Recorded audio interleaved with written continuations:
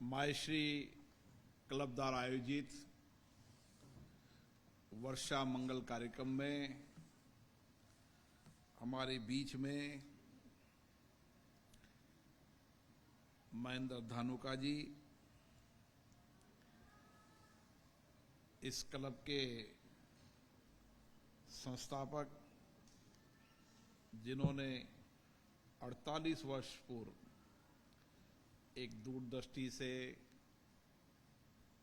किस तरीके से अलग अलग राज्यों के समाज के आने वाले लोगों को हम हमारी विरासत से, हमारी सांस्कृतिक से, हमारी आध्यात्मिक से, हमारी परंपराओं से, हमारे त्योहारों से जोड़कर रख सकते हैं इस राजधानी में, उन्होंने एक अच्छा प्रयास किया। उसके लिए मैं एन.के. सोमानी जी को धन्यवाद देता हूं। इस संस्था के वर्तमान सभापति श्री ओम प्रकाश बायथी जी, सचिव हिमांशु मोता जी, हमारे बीच में आए भारतीय जनता पार्टी के वरिष्ठ नेता, जो राष्ट्रीय उपाध्यक्ष रहे, दिल्ली प्रदेश के प्रभारी रहे, एक लंबे समय तक अभी तक राजनीतिक सामाजिक जीवन में काम कर रहे हैं, श्री श्याम जाजू जी, विजय शारदा जी, रजनीश राठी जी, हिमांशु मोता जी और सभी क्लब के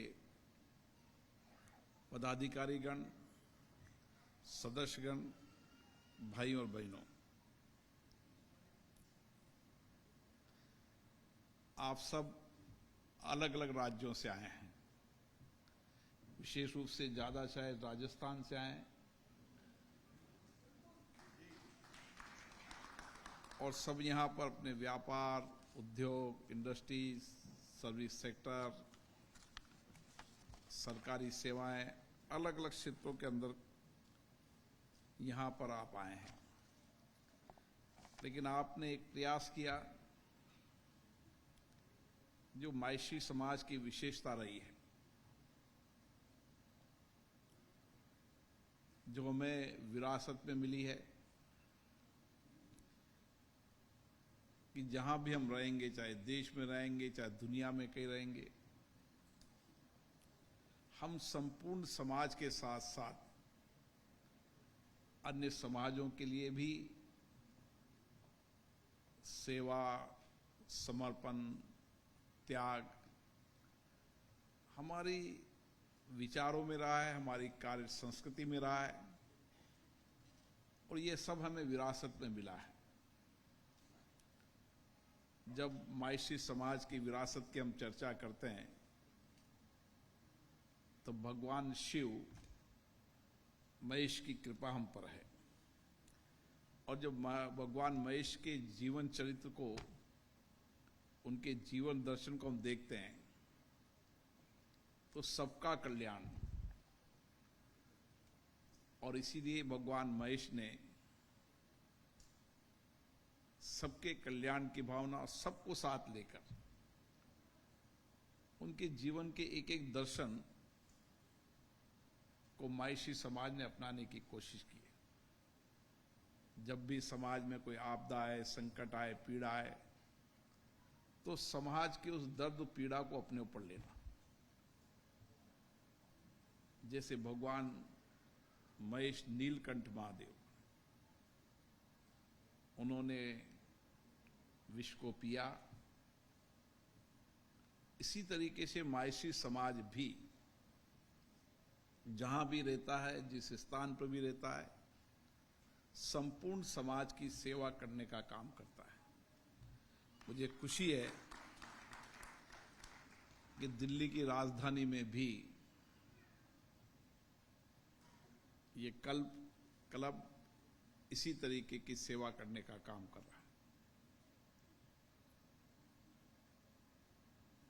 और इसीलिए हमें ये सेवा करने की विरासत जो मिली है, जो आध्यात्मिक संस्कृति ज्ञान से हमें जो मिला है, जो आध्यात्मिक दर्शन है हमारा, हमें हमेशा प्रयास करना चाहिए कि समाज के अंदर जो भी अभाव देखें, उस अभाव को दूर करने के लिए सबसे पहले हमारे हाथ सहयोग के लिए आने चाहिए। और इसीलिए समाज की प्रतिष्ठा इसलिए हमारी बनी है कि हमारे पूर्वजों ने केवल इसी समाज के लिए नहीं, संपूर्ण समाज के लिए जब भी आपदा देखी, संकट देखी, सामाजिक कार्यक्रम के अभाव देखे, तो उन्होंने उस समाज में सेवा करने का काम किया। चाहे विद्यालय बनाने का काम हो, क्योंकि सरकार के पास एक से भी साधन हुआ करते थे उस समय, विद्यालय बने, अच्छी शिक्षा मिले, सब समाज के लोगों को अच्छे संस्कार मिले, चिकित्सा मिले। दूर दराज इलाकों के अंदर जब साधन नहीं हुआ करते थे, तब लोग रात्रि विश्राम करने के लिए इसलिए धर्मशालाएं बनती थी, अन्न भंडार चलते थे, प्याव चलते थे। आध्यात्मिक रूप से लोग जुड़े, धर्म से जुड़े, इसलिए मंदिरों का निर्माण भी कराया। ऐसे बहुत सारे काम समाज के पूर्वजों ने किए और इसीलिए समाज में प्रतिष्ठा बनी। हम अपने लिए जिए, अपने परिवार के लिए जिए तो समाज में जी सकते हैं, लेकिन आपको संपूर्ण समाज में अगर प्रतिष्ठा बननी है तो अपनी कार्य संस्कृति से आपको अलग दिखना पड़ेगा। आपको समाज के लिए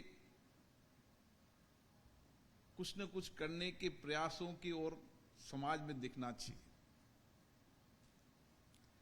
और ये प्रयास हमारे निरंतर चलते रहना चाहिए। और इसीलिए इन निरंतर प्रयासों से ही हमारी प्रतिष्ठा बनेगी। लोग सम्मान की दृष्टि से हमें देखेंगे और समाज में एक प्रामाणिकता बनती है कि नहीं, समाज के लोग जब भी कोई संकट आता है, आपत्ति आती है, विपत्ति आती है, तो वंचित गरीब व्यक्तियों की सेवा के लिए सबसे आगे आते हैं। क्योंकि भारत की अगर संस्कृति को आप देखो, यहाँ की कार्य संस्कृति को देखो, तो आपको लगेगा कि दुनिया के अंदर भारत की पहचान इसीलिए है कि जब भी कोई आपदा आती है, संकट आती है, विपत्ति आती है, तो सब अपने अपने प्रयासों से सब कुछ न कुछ सामाजिक काम करते हैं। लोगों की संकट को, लोगों की विपत्ति को, लोगों के वंचित लोगों के उस अभाव को दूर करने का प्रयास करते हैं। अभी कोरोना के संकट के समय हमने देखा कि दुनिया भर में वैश्विक संकट था।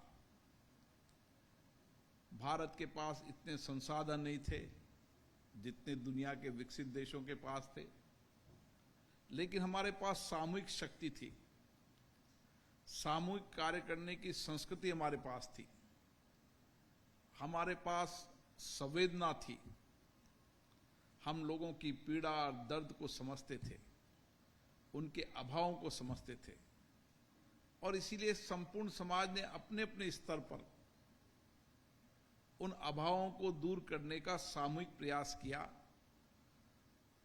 और उस वैश्विक आपदा के संकट से हम निकले। हमने केवल भारत में नहीं, दुनिया के मैं कई देशों में गया तो जितने भी मूल भारतीय लोग रहते थे, उन भारतीय लोगों ने उसी तरीके का, जैसे भारत के अंदर उनकी संस्कृति संस्कार थे, उन्होंने वही पद्धति अपनाई और लोगों को सेवा करने का काम किया। और इसीलिए दुनिया के हर देश के अंदर भारत के लोगों की बहुत प्रतिष्ठा है कि भारत के लोग हमेशा सेवा के लिए तैयार रहते हैं। आपदा विपदा संकट विपदाओं के समय एक साथ खड़े रहते हैं, इसलिए उनकी एक विशिष्ट पहचान है। दुनिया के मैं जितने भी देश गया, किसी ने भी ये नहीं कहा कि भारतीय व्यक्ति राजनीति के अंदर या वहां के शासन में दखल अंदाजी करता है। वहां अपना व्यापार करता है, इंडस्ट्री चलता है या सर्विस करता है, और इस विपदा के अंदर उन्होंने और प्रतिष्ठा पाई कि सबसे पहले अगर वहां कोई सेवा के लिए आए तो भारतीय लोग आए। ये हमारी संस्कृति है, ये हमारे संस्कार हैं, और ये संस्कार और संस्कृति हमें पूर्वजों से मिली है। इसीलिए दुनिया में हम कहते हैं कि भारत दुनिया का सबसे बड़ा लोकतंत्र देश है। लोकतंत्र केवल आजादी के बाद का लोकतंत्र नहीं, हमारे कार्य में, हमारे व्यवहार में, हमारे कार्य करने की पद्धति में परिवार हमेशा रहा है। वसुदेव कुटुंबकम परिवार की संस्कृति हमारी रही है, और सामूहिक निर्णय करने की भावना हम में रही है। जब थाने नहीं हुआ करते थे, अदालतें नहीं हुआ करती थी, तब भी गांव में बैठकर जो सामूहिक निर्णय करते थे, वो निर्णय सब मानते थे। हमारे परिवारों में भी अब समय बदल गया, परिस्थितियां बदल गई, लेकिन जो शादी विवाह होते थे उसके बड़े बुजुर्ग लोग शादी विवाह के बंधन का काम एक लंबे समय तक करते थे।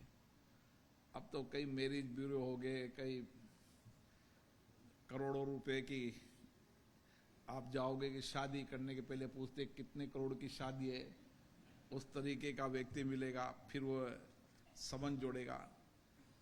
उन संबंधों में कहीं ना कहीं टूटन आई है, लेकिन जब परिवार के बड़े लोग हुआ करते थे, वो जो संबंध जोड़ते थे, उन संबंध में टूटन नहीं होती थी, वो परिवारों को जोड़ने का काम करते थे।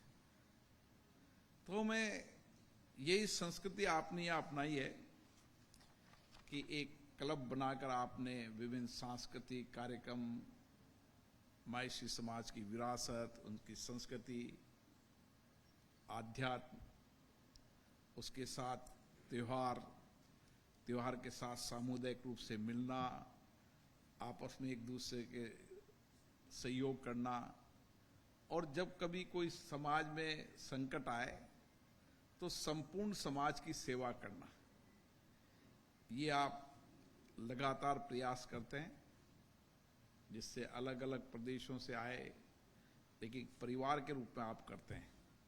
ये महर्षि क्लब एक परिवार है, और इस परिवार के अंदर हम इसी तरीके से काम करते रहें, और ये प्रयास करें कि देखिए, महर्षि समाज में कोई अगर परेशान होगा, कठिनाई होगा, चुनौतियों से जूझ भी रहा होगा, तो चर्चा नहीं करेगा, बताएगा नहीं। हमारा प्रयास होना चाहिए कि उन परिवारों को जो संकट के कठिन दौर से गुजर रहे हों, उनके संकट को कैसे हम दूर कर सकते हैं, उनकी परेशानियों को कैसे दूर कर सकते हैं, ये भी हमें प्रयास करते रहना चाहिए। आप कई प्रयास करें, स्कॉलरशिप भी देते हैं, विधवा पेंशन भी देते हैं, लेकिन उसके बाद भी हटकर हमें आगे बढ़कर उन प्रयासों को और बढ़ाने की आवश्यकता है। एक सक्षम समाज है, सक्षम के साथ हमारी कार्य प्रणाली में विविधता है, हमारी कार्य संस्कृति के अंदर ईमानदारी, कर्मठता है, मेहनत है। हम इसलिए हमारा प्रयास होना चाहिए कि जब समाज की सामुदायिक मिलकर काम करते हैं, तो समाज आगे बढ़ता है, तो देश भी आगे बढ़ता है। और सब समाज अपने अपने समाजों को पहले आगे बढ़ाने का काम करें, फिर धीरे धीरे और समाजों की सेवा करने का काम करें। मुझे आशा है महर्षि समाज की इस विरासत को आप बढ़ाएंगे, सबकी सेवा करने का काम करेंगे, वंचित गरीब व्यक्ति के जीवन को बेहतर बनाने के लिए लगातार आप प्रयास करते रहेंगे। और सब परिवारों को एक परिवार के रूप में जोड़कर लगातार हमारी एक अच्छी विरासत है, हमारी एक अच्छी कार्य संस्कृति है, उसको सामूहिक रूप से आप बढ़ाने का काम करेंगे। मैं सभी पदाधिकारियों को बहुत बहुत साधुवाद देता हूं। जय महेश।